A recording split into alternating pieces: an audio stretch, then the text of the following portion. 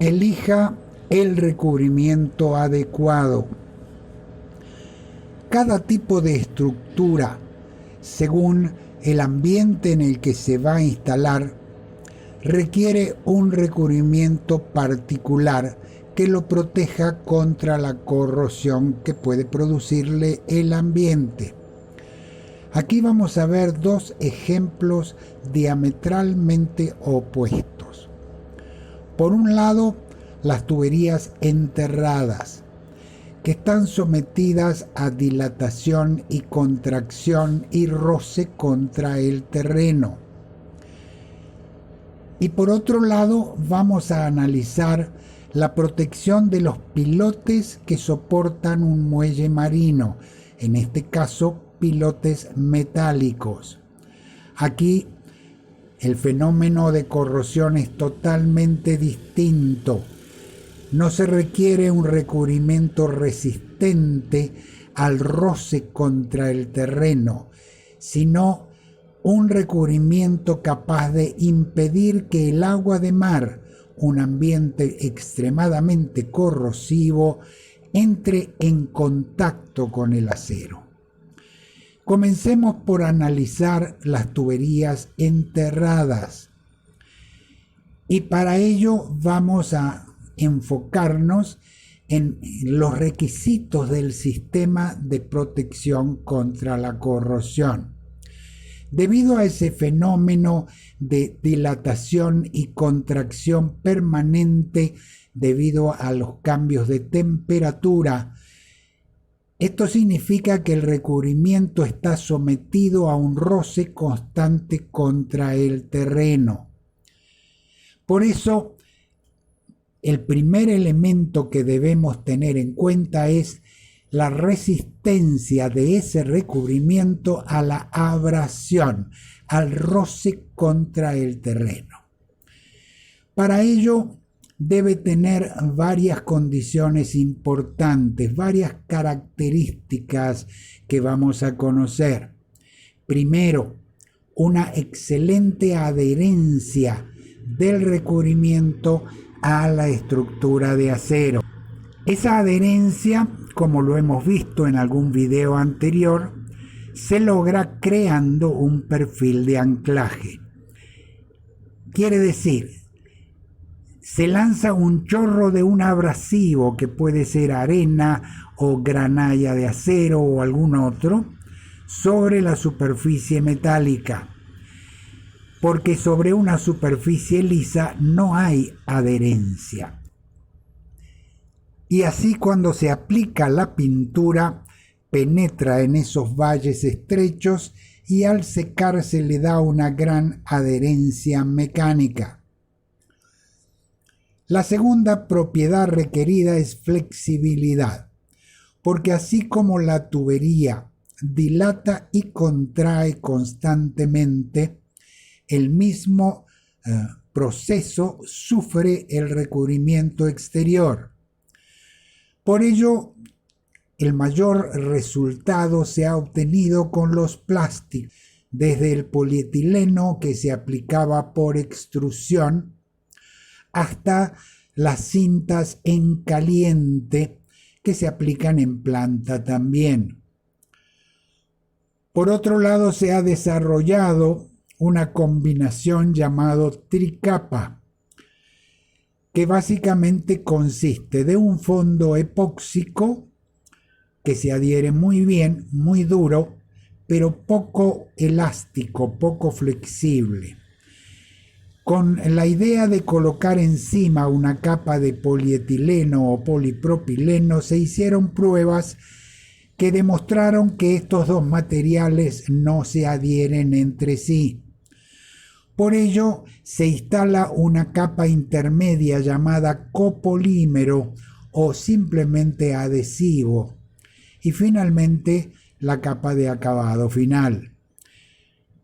Resumiendo, el proceso de aplicación de este tricapa es el siguiente.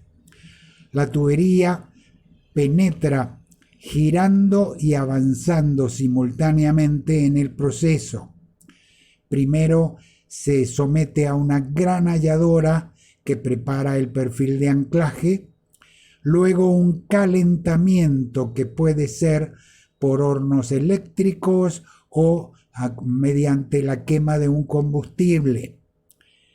Cuando alcanza la temperatura adecuada, en una cámara de aplicación se lanza polvo de resina que se convierte en una primera película adherida a la tubería. Inmediatamente el copolímero y el acabado final. El último paso es enfriar el sistema de recubrimiento. Muy bien, la tercera propiedad que debe tener ese recubrimiento es ser una película gruesa de cierto espesor, porque debe resistir mecánicamente el proceso de dilatación y contracción. Por ello se han usado también con mucho éxito, con muy buenos resultados, las cintas plásticas de aplicación en frío. Las tuberías se llevan a campo, se sueldan allí y se va aplicando la cinta. Se puede aplicar para tramos cortos con equipos manuales como este que ilustra la fotografía. Hay algunos equipos motorizados que se desplazan por sí mismos, también para tramos un poco más largos. Y finalmente, equipos de alta gama para tuberías muy largas. Normalmente se aplican dos capas. La primera tiene muy buena adherencia y tiene inhibidores de corrosión, en tanto que la capa exterior, de color blanco en este caso, es de mucho espesor y muy resistente al golpe mecánico por piedras que puedan caer sobre el recubrimiento. Cambiemos totalmente de estructura, vamos a los pilotes de muelles marinos. Y en este caso analicemos también cuáles son los requisitos que debe tener el sistema de protección contra la corrosión.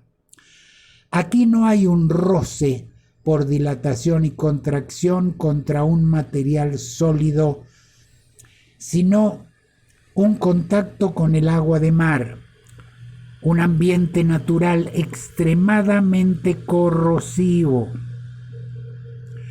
Por ello, lo que se debe lograr es una barrera que impida que el agua entre en contacto con el acero.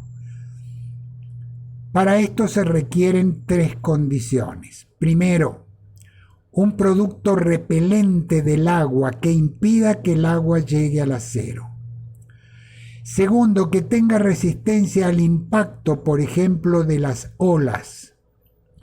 También puede haber botes o embarcaciones de inspección que al acercarse produzcan un golpe contra el recubrimiento exterior.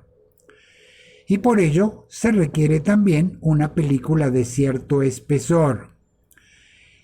Y vamos a un poco de historia. En 1929 se patenta un producto derivado del petróleo que se denominó petrolatum. Puede tener la forma de una parafina líquida o de una pasta hidrofóbica que se instala a mano sobre la estructura metálica. Tiene la propiedad de repeler el agua, es hidrófoba. Y aquí lo vemos en un muelle en donde se instaló primero el petrolatum en forma de pasta y luego se recubre con una cinta, tanto en la parte sumergida como aérea. Veámoslo terminado. En esta fotografía podemos apreciar la pasta de petrolatum color anaranjado en este caso, y por otro lado una cinta encima para darle cierta resistencia mecánica. Esto se aplicó en tuberías también. Vamos a verlo. Para ello, un rápido viaje a Venezuela, al lago de Maracaibo. el lago de mayor extensión de todo el subcontinente sudamericano. Allí está sumergida la mayor red de tuberías del mundo, más de 20.000 kilómetros. El agua del lago proviene de ríos y también del mar, de modo que es una combinación de ambos elementos. Se le denomina agua salitrosa, sumamente corrosiva también. Veamos un par de planos históricos de esta red. Aquí los puntos implican pozos, las líneas son tuberías y hay algunas plataformas o estaciones de flujo donde confluyen de varios pozos las tuberías que llevan petróleo. Veamos otro plano en otro sector del lago. Se puede notar la inmensa red de tuberías sumergidas. Todo ese petróleo se lleva a tierra y en tierra las tuberías están aéreas. Pero como hay una entrada de agua de mar al lago, hay una marea y en ciertas horas del día estas tuberías quedan sumergidas en agua corrosiva. Aquí se ha estudiado mucho este sistema y se ha determinado que si bien repele muy bien el agua, se trata de una cinta que tiene debilidad mecánica. Ante un golpe se puede arrugar, eventualmente se puede dañar dejando expuesto el acero.